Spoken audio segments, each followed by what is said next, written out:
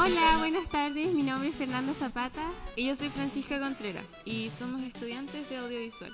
Nos encontramos en nuestra escuela y hoy es nuestro primer episodio del podcast Es lo que hay. El día de hoy tenemos un invitado muy querido. Él nació en Temuco, tiene 47 años, estudia en la escuela Yaima, en el Liceo Comercial y realizó educación superior en la UFRO. Actualmente es profesor de historia de nuestra escuela. Les presentamos a Israel San Martín Mercado. Bienvenido, profesor, ¿cómo está? Muy bien, gracias. ¿Qué curso le tocó? Me tocó primera hora con mi curso tercero medio B, segunda hora el diferenciado de economía y la última hora, antes de la entrevista, orientación consejo curso con el tercero medio B. ¿Su querido curso? Mi querido curso. ¿Qué tanto lo quiere? Claro. Bueno, el día de hoy nos gustaría hablar de un tema que ha afectado a todo el mundo y también nos está afectando a nosotros. Queríamos hablar sobre la guerra, el conflicto que ocurre entre Estados Unidos e Irán. ¿Ya? ¿Quién nos puede comentar sobre eso? Bueno, esta es una típica guerra del siglo XXI, es una guerra híbrida, muy característico de una guerra fría. No es la Tercera Guerra Mundial, aunque algunos dicen que sí estamos en la Tercera Guerra Mundial, pero es algo que tiene componentes de híbrido porque es comercial. Los aranceles a China, impedir que China comercie en América Latina, o América del Sur, mejor dicho, y el Caribe. En Europa, Estados Unidos demostrando sus últimos atisbos de potencia, pero ya no es en lo económico, sino que es en lo militar. Está acomodando los últimos tentores de un imperio en decadencia que tiene fecha de vencimiento. Para los chinos la fecha de vencimiento en el centenario de la Revolución China, el 2049, en donde tiene que superar a Estados Unidos y ser la gran potencia a nivel mundial económico y militar. O sea, China está a un paso de igualar a Estados Unidos. Estados Unidos lo único que quiere es mantener esa diferencia y alargarla. Y de ahí tiene que demostrar su poderío militar, haciendo las acciones en Venezuela, ahora en Irán, pensando que en Irán, eliminando al ayatolá, puedo instalar un gobierno afín, y no se puede. Los gobiernos a nivel mundial no son iguales. Sacar un líder no te va a asegurar colocar a alguien a mi favor de quien invada. Y estamos en un proceso que en cualquier momento quien cometa un error se transforme en una guerra total, una guerra convencional. Esto es una guerra híbrida, no se ha declarado formalmente. China solamente lo único que hace es observar, no intervenir, muy a su estilo cultural, muy tranquilo. El problema está en que Estados Unidos se le está acabando las armas, tiene una deuda astronómica, y quien toma una alianza con Estados Unidos es como comprar un boleto en un tren que está por descarrilar. O como otros dicen, como Fernando Estensoro, profesor de la Universidad de Santiago de Chile, en que está comprando un boleto en el Titanic, en el momento que se está hundiendo. O sea, ese es el nivel. Y las cosas no pintan bien. Para nada bien. Claro. Profesor, ¿cómo este conflicto, que lo vemos a nivel mundial, cómo nos afecta a nosotros como chilenos? ¿Cómo afecta al país? A nosotros nos afecta, bueno, a nivel mundial, tengo que decir algo muy relevantes. Pero en términos de nosotros económicos nos golpea mucho. Nuestro país es una de las naciones que tiene la mayor cantidad de tratados de libre comercio. Estamos hablando cerca de 70 tratados de libre comercio. Estoy hablando de comienzos de este siglo XXI. 70. Nuestro comercio, el 40% de nuestras exportaciones van a China. 25 van a Estados Unidos, más o menos, y el resto se reparten entre los 70 países que tenemos tratados de libre comercio. Y nosotros estamos viendo esta guerra con los combustibles.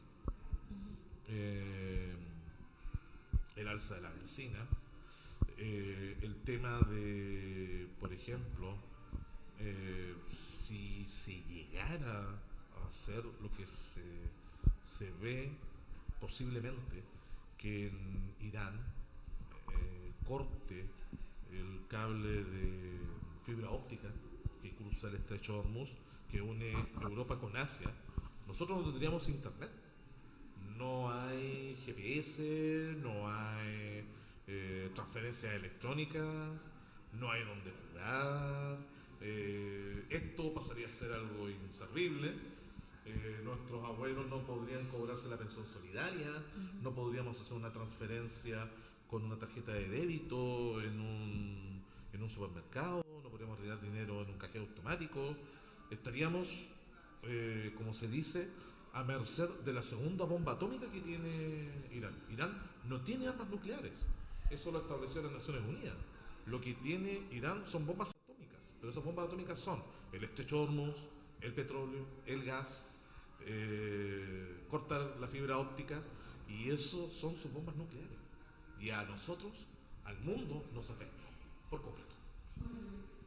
Y, profe, ¿usted qué libros o películas recomendaría para entender lo que está pasando ahora con Estados Unidos e Israel? Bueno, para entenderlo, ya tendría que ser El fin de los imperios de Kennedy, Paul Kennedy, si no me equivoco, el autor.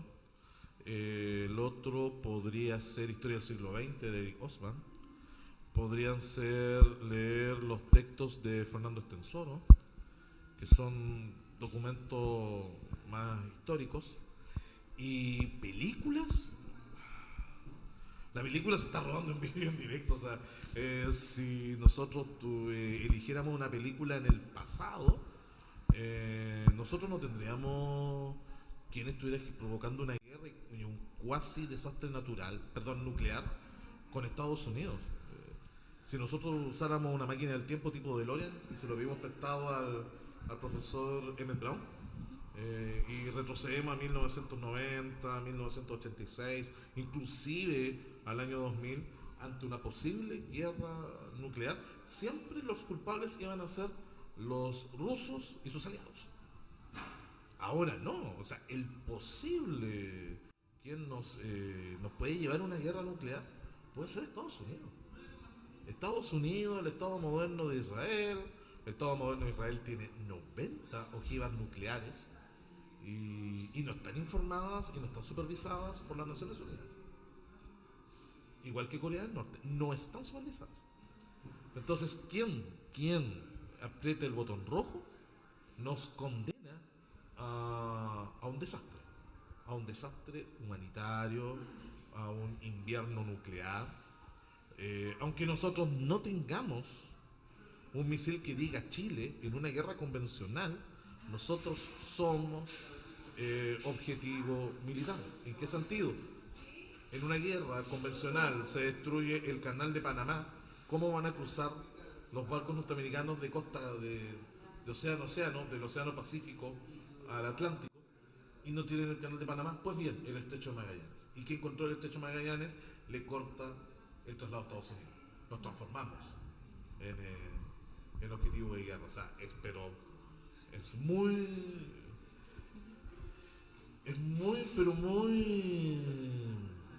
se puede decir, deprimente el análisis. No da ninguna esperanza. ¿Qué importancia le otorga el cine para sus clases? Bueno, el cine es una fuente histórica, en donde es una fuente primaria, dependiendo del año de la realización, y nos demuestra la sociedad en el momento en que se grabó la película, y cómo se ve una nación, una sociedad, un hecho histórico, un suceso histórico, según la visión de un realizador de cine. cómo piensa, cómo él ve el mundo.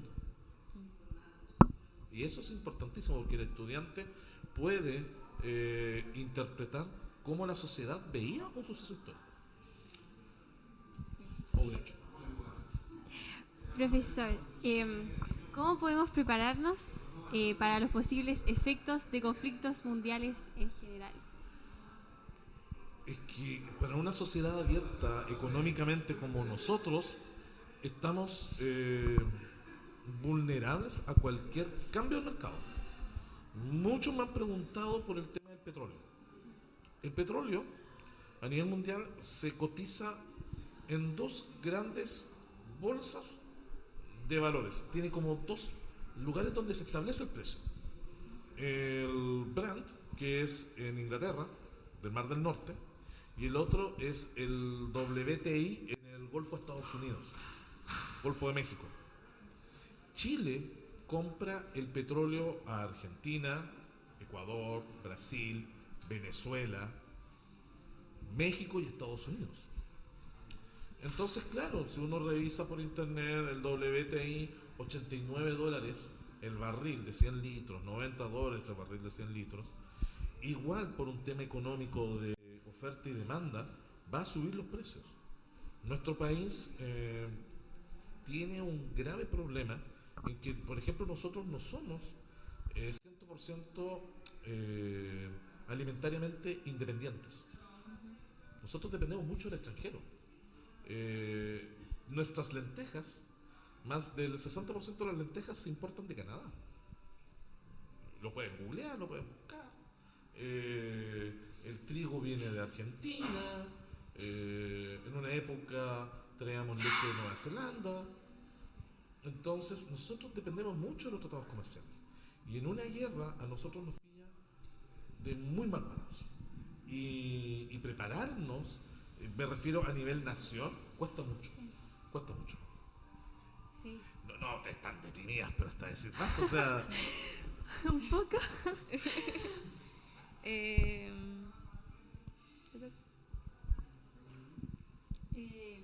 La opinión. ¿Cuál es su opinión respecto a lo que está pasando? Como, ¿qué cree usted? Bueno, es un fin de época, ya no es a nivel internacional es un fin de época, no es un periodo en donde se vea que hay incertidumbre para el futuro, de mucha incertidumbre. Estados Unidos es una potencia que ya no es hegemónica. Vean lo que pasó con el estrecho de Hormuz cuando le pide apoyo a sus aliados europeos, le dan la espalda. Primero que empezó España y lo siguió el resto, no van a intervenir. Cuando pide una alianza a China, Japón, no van a intervenir. Y eso demuestra la soledad de Estados Unidos ante este experimento bélico. Y el problema que se da es también nosotros con quién nos vamos. Si nos vamos con Estados Unidos o con China, o mantenemos nuestra soberanía y decimos claramente si nos vamos con los dos. Y le decimos a China, nosotros vamos a seguir conversando con Estados Unidos y respétenos, perfecto. Y nosotros también decirle con bastante soberanía a Estados Unidos, nosotros vamos a seguir con China, por favor respeten nuestro tratado de libre comercio que tenemos con China.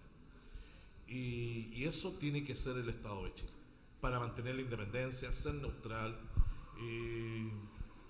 y estar mejor preparado ante una guerra que tarde o temprano va a ser una guerra, se puede decir, convencional.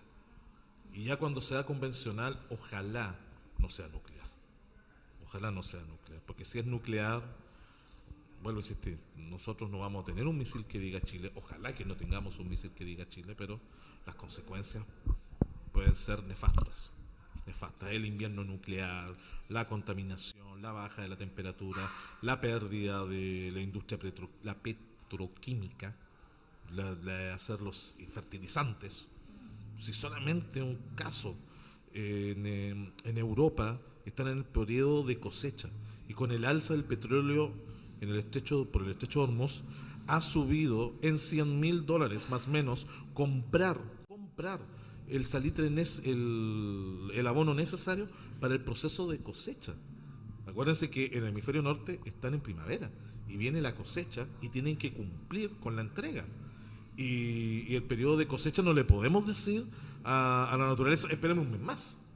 No le podemos decirle al maíz, a los tomates, a la fruta, ni a la producción cárnica, esperen un poquito más.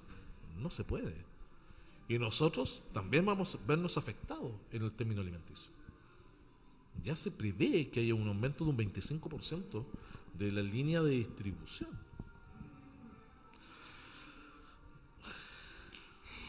Y hablando de esto de los alimentos, ¿qué importancia tiene la soberanía alimenticia a través de...? Es que la soberanía alimenticia nos asegura poder estar resguardados ante una crisis. Una crisis como por ejemplo la que nosotros estamos viendo ahora por el tema del estrecho de Hormuz, nos conlleva a que suban los alimentos que son importados. Si uno va al supermercado y uno va a comprar manzanas, plátanos, pomelos, naranjas, cuando son primor fuera de temporada, vienen importadas. Los tomates. Nosotros tenemos la frutería todo el año, pero la mayoría provienen del extranjero. El tema de la producción del trigo. La industria triguera depende del extranjero. Dependemos del extranjero. Entonces, un conflicto como este nos va a afectar el bolsillo. Nos va a afectar el bolsillo a los colegas que tenemos arriba. Nos va a afectar el bolsillo. Y no va a haber sueldo que aguante. No va a haber sueldo que aguante. En donde, por ejemplo, si uno va y compra un quintal de harina a 19.000, a 18.000, 17.000 pesos, por el solo hecho de subir el petróleo, esto nos puede subir a 25.000, 30.000, dependiendo la marca. Y lo que nosotros queremos hacer. Lo mismo con los cortes de carne. Entonces, la soberanía alimenticia lo que nos permite es mitigar el alza de los precios. Mitigarlo. Pero el problema está que por tratados de libre comercio lo hemos estado renunciando paulatinamente. Y nos va a pasar la cuenta. Tarde o temprano nos va a pasar la cuenta. Y lo que más me preocupa son las nuevas generaciones porque no han tenido el proceso de tener restricción. Y eso va a ser penoso, muy penoso. En donde, por ejemplo, no exista la cantidad de petróleo para realizar una trilla, o que los grandes productores trigueros que quedan en la Araucanía no puedan producir porque se le aumentó el precio del abono o de los insumos para detener la humedad del trigo o los insectos. Y eso, si se dispara y no tienen acceso a crédito, vamos a depender de un trigo caro. Y eso ustedes lo van a ver en los precios. Y va a tener que generarse un tema de dejar de consumir lo que uno consumía antes. Eso es lo penoso. Eso es lo triste. Ya. Moviéndonos hacia otro lado, ¿Ya? ¿Qué podría llevar a la quiebra a un Estado? Ya. Llevar una quiebra al Estado, históricamente, son los llamados default. Ya. Yo no puedo pagar mi deuda externa. Eso es una quiebra. O sea, yo no puedo pagarle a quienes me prestaron dinero, a bancos privados, cuando yo vendo bonos soberanos y me declaro en default. Es cuando no puedo pagar. Un país quebrado, defaulteado, es Argentina. Argentina es un país default. ¿Ya? Nosotros no estamos default. Nosotros lo que tenemos es que llevamos 16 años, 4 gobiernos, creciendo con déficit fiscal, que es muy diferente a estar default. Plata, reservas hay, no como en los 90, no como a comienzos del siglo XXI, no, pero lo hay. ¿Ya? Entonces, nosotros todavía nos prestan plata.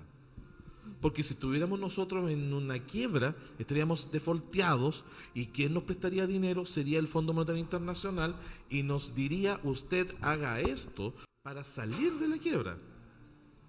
Para salir de la quiebra, usted reduzca sus gastos en sanidad, en educación, en vivienda, en obras públicas, reduzca los trabajadores fiscales, aumente las horas de trabajo, tenga menos planes sociales. La típica receta del Fondo Monetario Internacional. Y eso pasa con un país quebrado. Nosotros estamos viviendo estrechez de plata. Es como cuando uno tiene la caja chica y porque, no sé, empieza a gotear la casa, se rompe un vidrio, se echa a perder una chapa de la puerta. Esos son los gastos que tiene un Estado, que hace con la caja chica, ¿ya? Pero eso no significa que el país esté quebrado. Si el país estuviera quebrado, ninguna calificadora de inversión nos tendría en AA más, o A más, o AA menos, que son las calificaciones, la calificación es AAA más, si no me equivoco, pero donde nosotros nos prestan el dinero. Entonces, nuestros bonos soberanos son muy bien apetecidos. Cuando nosotros emitimos deuda externa, lo compra Estados Unidos. Y eso no te demuestra un país quebrado. Que estamos viviendo estrechez económica, sí. Nuestra deuda interna es de un 40%. Hay países, China tiene un 80% de su deuda interna. 80. Japón el 200. Estados Unidos el 100. Nosotros el 40. O sea, nosotros tenemos reservas de dinero. Tenemos una forma de poder pasar estos ventarrones. Claro, obviamente que hay que recaudar más impuestos, ver el tema de la evasión, etcétera, etcétera, etcétera. Pero quebrados no estamos. ¿Que estamos pasando con unas restricciones económicas porque nos está faltando plata? Sí, pero quebrados no estamos. Muchas gracias, profesor, por aclararnos lo del estado en quiebra, que ha sido un tema recurrente estos últimos días. Sí. Y también por darnos a conocer más información sobre el conflicto que ocurre en el mundo y cómo nos afecta también a nosotros. Uh-huh. Ahora nos vamos a mover a otra parte, que son preguntas como del público, de los estudiantes, que fuimos recolectando, así que mi compañera va a hacer la primera pregunta. Okay, ningún problema. Está muy importante. ¿Qué bebe Israel? Israel bebe en el horario laboral té y agua. No, pero ¿puede mostrar su taza? Sí, eso es su taza. ¿Cámara? ¿Cuál es la cámara? Cámara amiga, el tecito. Té. No, horario laboral té. No puedo decir fuera del horario de trabajo. Bebo té.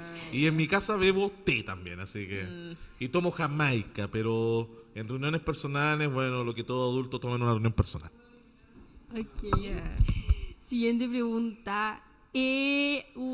¿Por qué dejó el diferenciado de geografía? El diferenciado de geografía porque quise tomar el desafío de enseñar comprensión histórica al presente. Tomé esa decisión. ¿Y hasta ahora cómo ha sido? Una muy buena decisión. Este segundo año que lo doy como diferenciado, veo que hay un interés. Lo interesante es que se analiza el presente, pero visto desde Chile. Entonces, el primer trabajo, sé que tengo un buen grupo, más o menos torturándolo con una columna de opinión, pero tienen que analizar los últimos 36 años a nivel mundial. Entonces, estamos analizando el presente, pero visto desde los ojos del pasado. Los elementos de continuidad y cambio histórico, del sujeto histórico, o sea, es bien interesante ese tema de la comprensión histórica del presente. Y además, el 2030 viene geografía de los planes y programas, así que... Buen diferenciado, tomó buena decisión. Además, este año usted está dando economía, ¿cierto? Sí, estoy dando economía. ¿Qué tal ha sido su experiencia en el diferenciado? Interesante. Es algo que también es un ramo bien apasionante, muy entretenido, que uno lo puede ver bajo las ópticas que uno estime pertinente, lo mismo que comprensión histórica del presente. Y lo importante de esto es que se puede analizar la economía verlo desde lo macro y bajarlo a lo común. Y de ahí está el tema de explicar las teorías económicas, de bajarlo a lo que uno vive en el día a día, y que obviamente después ya se va a ver lo que es oferta, demanda, las necesidades, lo que es el Producto Interno Bruto, el Producto General Bruto, el sueldo per cápita, cómo se calcula la inflación, etcétera, etcétera, etcétera.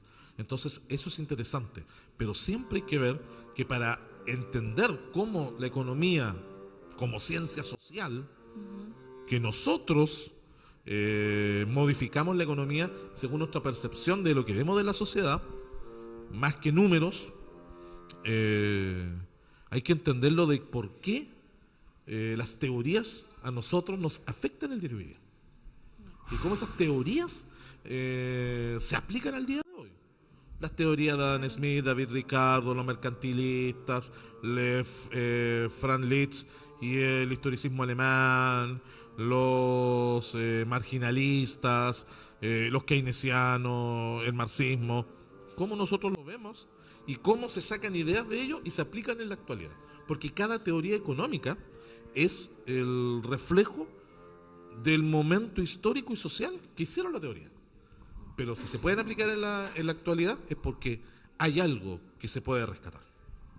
Y, profe, si no hubiese sido profe de historia, ¿usted qué carrera hubiese seguido? ¿Qué le gustaría hacer? Ya, contador no, al final los números no fueron lo mío. Después de que salí el comercial, la contabilidad no fue lo mío. Pero si no hubiese sido profesor, hubiese sido abogado. ¿Sí? Claro, como dicen en Los Simpsons. Lo que más necesita este país son abogados. ¿Se imaginan a este país sin abogados? Busquen la referencia nada más. Bueno, esas fueron las últimas preguntas. Las últimas preguntas. ¿Le gustaría agregar algo más? No sé, bueno, hay que agregar algo más. Bueno, que sigan con el podcast, que fue muy grata la experiencia. Uh-huh.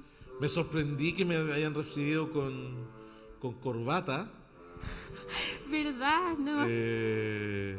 Y que bueno que sea con un estilo living, en donde uno pueda tomarse un tecito y pueda uno conversar. No sé si hay otra pregunta de ustedes, así, espontánea. Estoy disponible a responder, así que no hay problema. Bueno, hoy día estamos, ¿verdad? Nos hemos mostrado nuestra caracterización. Somos el profesor Israel. Claro. Es lo que hay. Es lo que hay. Buen nombre, es lo que hay. Pero, ¿alguna otra pregunta? No sé, estamos ya, no sé. Vamos a hacer segunda parte con Don Israel. Ah, ¿de verdad? Sí, lo vamos a invitar para que ver los efectos a largo plazo. A largo plazo. Una segunda Ojo, el tema a largo plazo, el de la guerra, no se sabe lo que va a pasar en un mes más. Claro, por eso, en un mes más. En un mes más, no sé lo que irá a pasar. Es algo que todos los días nos llama una sorpresa. O sea, ayer estuve viendo en televisión y por YouTube, y se hablaba de que no sé si es verdad o conspiración, no pude confirmar la información, en que Vladimir Putin llama a Donald Trump y le dice que si hay una emanación de radiación así pero pequeñita, esto se acaba y bombardea el Estado moderno de Israel. Y se acaba. Es que, ¿por qué dice eso Putin? Porque en Irán las centrales nucleares tienen técnicos rusos. Y hay 300 técnicos rusos en las centrales iraníes. O sea, tocan a uno y Putin reacciona. Ojo. ¿Quiénes son los más sensatos? Aunque esto suene una distopia, es China y Rusia. Y son los que menos hablan, Entonces, ojalá que en un mes más se solucione esto o tengamos un mejor análisis. Y no, muy agradecido por la entrevista y por la invitación, y a todo el equipo aquí que está. Profe, si se acaba la guerra hoy, ¿cuándo baja el precio del petróleo? Wow, economista no soy, pero históricamente cuando sube algo, imposible que baje. Ah, ya. Imposible que baje. Es imposible. bajarlo. Imposible. No. Subió, no bajó. Miren, al inicio del gobierno anterior la benzina y el petróleo estaba a 700 pesos. Ahora es el doble. Y hemos tenido guerra en Ucrania, los conflictos en Medio Oriente, el conflicto venezolano, los terremotos, tornados, y todo hace subir el precio. Y no va a bajar más. Solamente vean el valor de la leche. El valor de la leche está a un promedio de 1.300, 1.500 pesos el litro. Y hace 4 años atrás, un litro de leche costaba entre los 700 y 900 pesos. Ya no va a bajar. Subió, no baja. Es algo pero histórico. O sea, ahora si baja, cambiamos de moneda. Cambiamos de moneda, no sé qué sacaremos, un escudo, un cóndor, un condorito, pero no sé, pero cuando se cambie la moneda y cambiemos el patrón de moneda económico, lo que sea, ahí las cosas van a bajar. Pero antes, no. Muchas gracias, profesor, por Gracias. haber venido, haber sido nuestro primer invitado, nuestro primer programa. Muchísimas gracias. Agradecemos también al profe Franco, que nos prestó una escultura. Y un cosito. Sordo, ciego, mudo. Y eso, Sí. contarles que vamos a realizar más episodios porque en este podcast vamos a tratar temas de actualidad y contingencia, y también vamos a estar entrevistando a personas de la comunidad Dufey. Así que eso, gracias por ver. Es lo que hay, Sí, eso no. es lo que hay.